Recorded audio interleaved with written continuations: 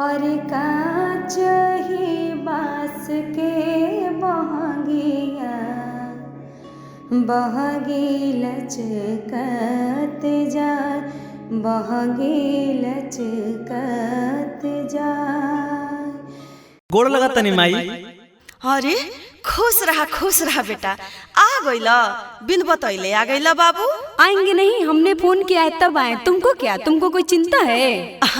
अच्छा ठीक है बा बेटा, आ गईला तो ठीक है कइला। आज छठ पूजा है। ए जी, आप बोले थे टीवी लाएंगे, कूलर लाएंगे, फ्रिज लाएंगे, कब लाइएगा ये सब? अरे तू काहे टेंशन लेता रो, चला ना आज ले आवल जाई। ए बेटा मुन्नी लाल, आज खरना बा बेटा, जा तनी बाजारे से पूजा के सामान ले आवा त साँझे के प्रसादी बनावल जाई। ए जी, ये सब पूजा पूजा के चक्कर में मत पड़िएगा, इसमें 10,000 से ऊपर खर्चा है। इतना में एगो फ्रिज आ जाएगा, समझे? अरे का माई तू और छठ पूजा के चक्कर में पड़ल रहेलू, इतना दिन से करत रहू, कुछो मिलल तारा के बतावा त। ए बेटा छठी माई के बारे में ऐसा मत बोलना बाबू, जितना घर दुआर कुछ बनल बा ना, कुछ छठी माई के तो कृपा बा। का छठी माई के कृपा बा? सब अपन मेहनत से कोई माई, मेहनत से कमा के, बुझलू? जे तोरा लगे 5 कट्ठा खेत रहे ओहू बेच के अपन बेटी के बियाह कइले 5 लाख दे के, तू हमरा लगे कथी छोड़ले है बताओ? जे हम बनेनी हम अपना मेहनत से बनेनी हम। जा, हमरा लगे कोनो टाइम नहीं खे तोरा पूजा करे खातिर।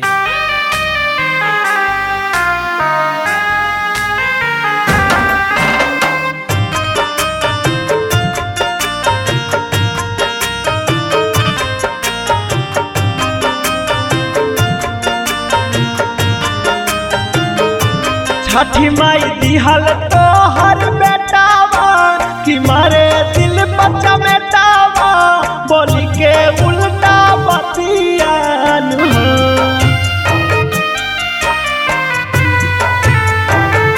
छठी माई दिहल तो हर बेटावा कि मारे दिल बच्चा बेटावा बोली के उल्टा बतियान हो।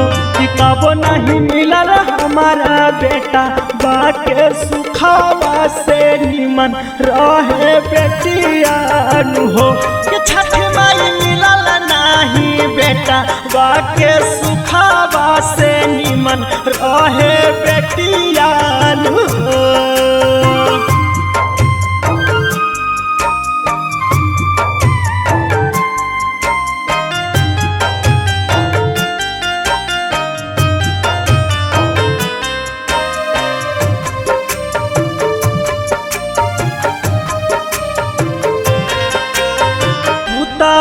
का पूत काहे भेलै छठी माई मेहारी के बतिया में गेल झुराई।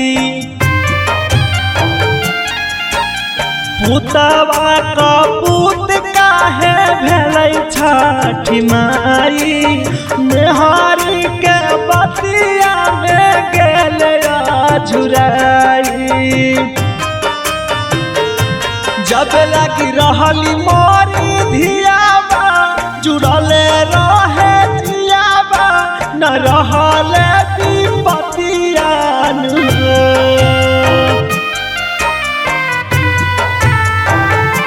जब लगी रहली मोरी धियाबा जुड़ले रहले जियाबा न रहले विपतियान हो। कि कब नहीं मिलल हमारा बेटा बाके सुखावा से निमन रहे बेटियान हो। छठी माई मिलल नहीं बेटा बाके सुखावा से निमन रहे बेटियान हो।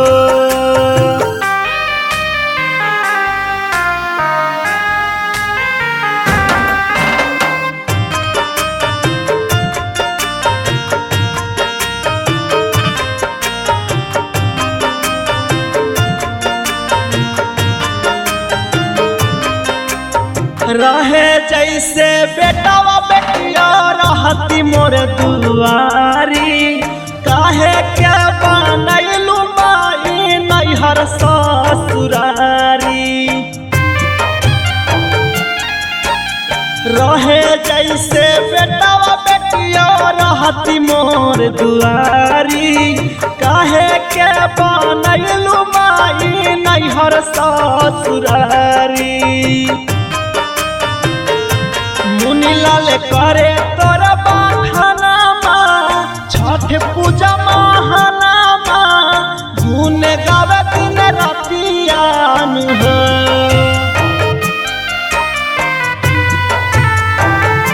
मुनीलाल करे तोर बखानामा छठ पूजा महानामा गुन गावे दिन रातियान हो तब नहीं मिलल हमारा बेटा बाके सुखावा से निमन रहे बेटियान हो दीनानाथ मिलल नहीं बेटा बाके सुखावा से निमन रहे बेटियान हो।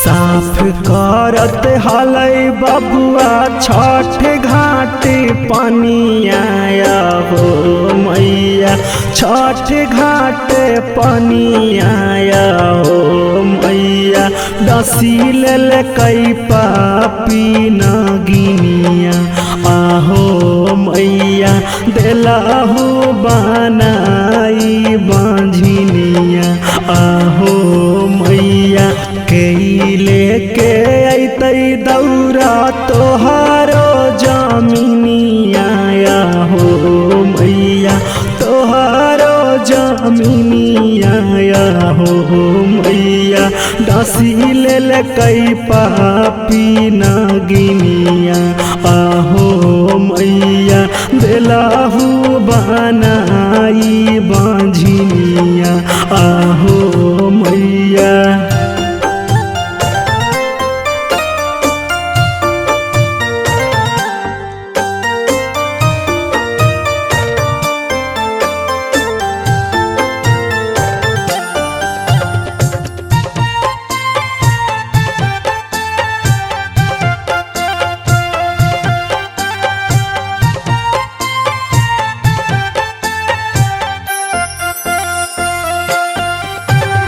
सजाला सजावल रही गेलो मोर दौरावा हो मैया रही गेलो दौरावा हो मैया बुती गेलो सुपके दियनिया आहो मैया डसी लेल कई पापी नगिनिया आहो मैया हिलो है ना डोलो है ना करे सुना बुनिया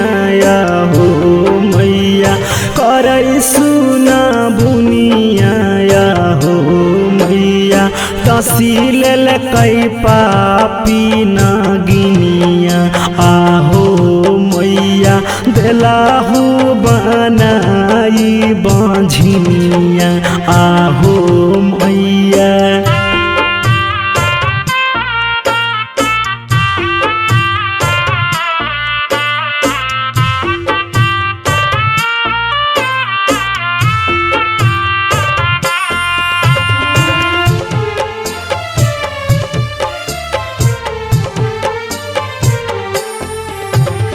करहो चमत्कार नाता हंसत पूरा दुनिया हो मैया हंसत पूरा दुनिया हो मैया। सुनहु मुनि लाल के बचनिया आहो मैया डसील कई पापी नागिनिया आहो मैया। रे सूरज देवा फेरहू बबुआ पाकिरनिया हो मैया बबुआ पाकिरनिया हो मैया। डसील कई पापी नागिनिया आहो मैया दिलाहू बनाई बांझिनिया आहो मैया।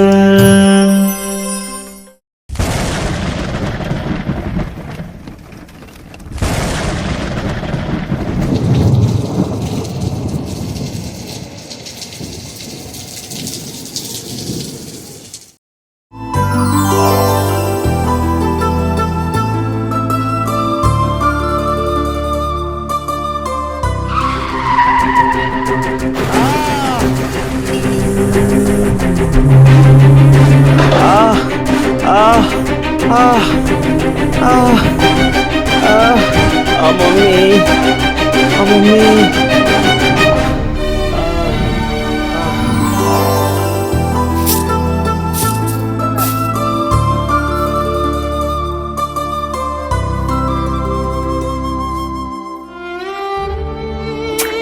हे भगवान ये कैसे हुआ जी, क्या हुआ?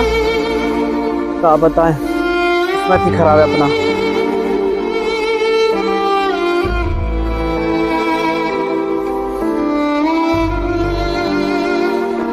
जी हाँ डॉक्टर साहब बोले हैं कि आपको बहुत ज्यादा तबीयत खराब, बहुत ही पैसा लगेगा। हम क्या करें, जो होगा देखा जाएगा। हम चाहते हैं कि अपना घर सब बेच दे और आपका इलाज करवा दें। अरे घर द्वार बेच दोगी तो हमारा बच्चों का क्या होगा? आप कमाइएगा तो हम फिर से ले लेंगे नया घर। हे भगवान।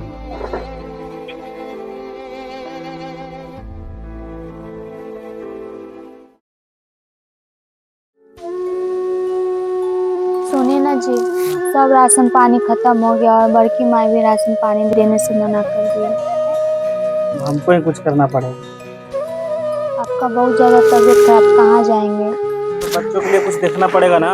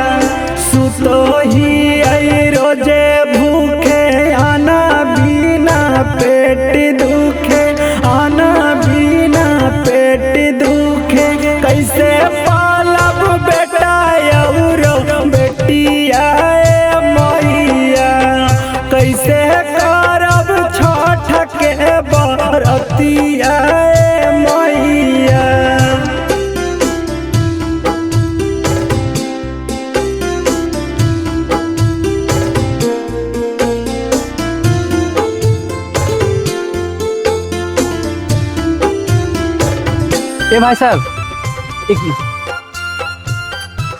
इस एड्रेस पे ना सामान पहुंचा दीजिए।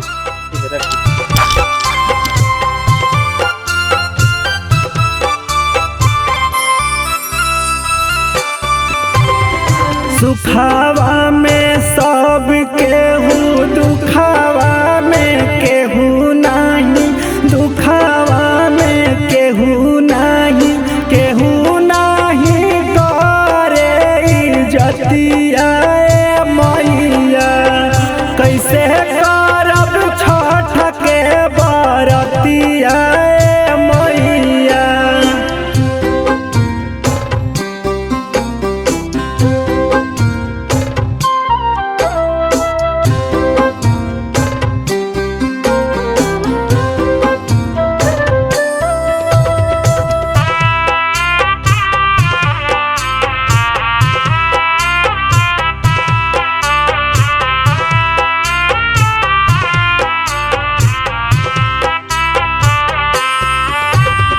पूछे नहीं आवे कौनो पर परिवारवा हो, पर परिवारवा हो।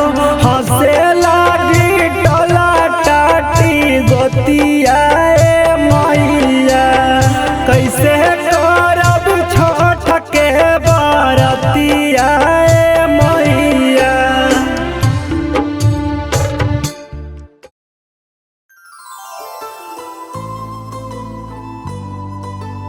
हाजी आप और इतना सारा सामान? अरे ये मेरा नहीं है, किसी का पते पर पहुंचाना है। चंदन भाई साहब पता बताना।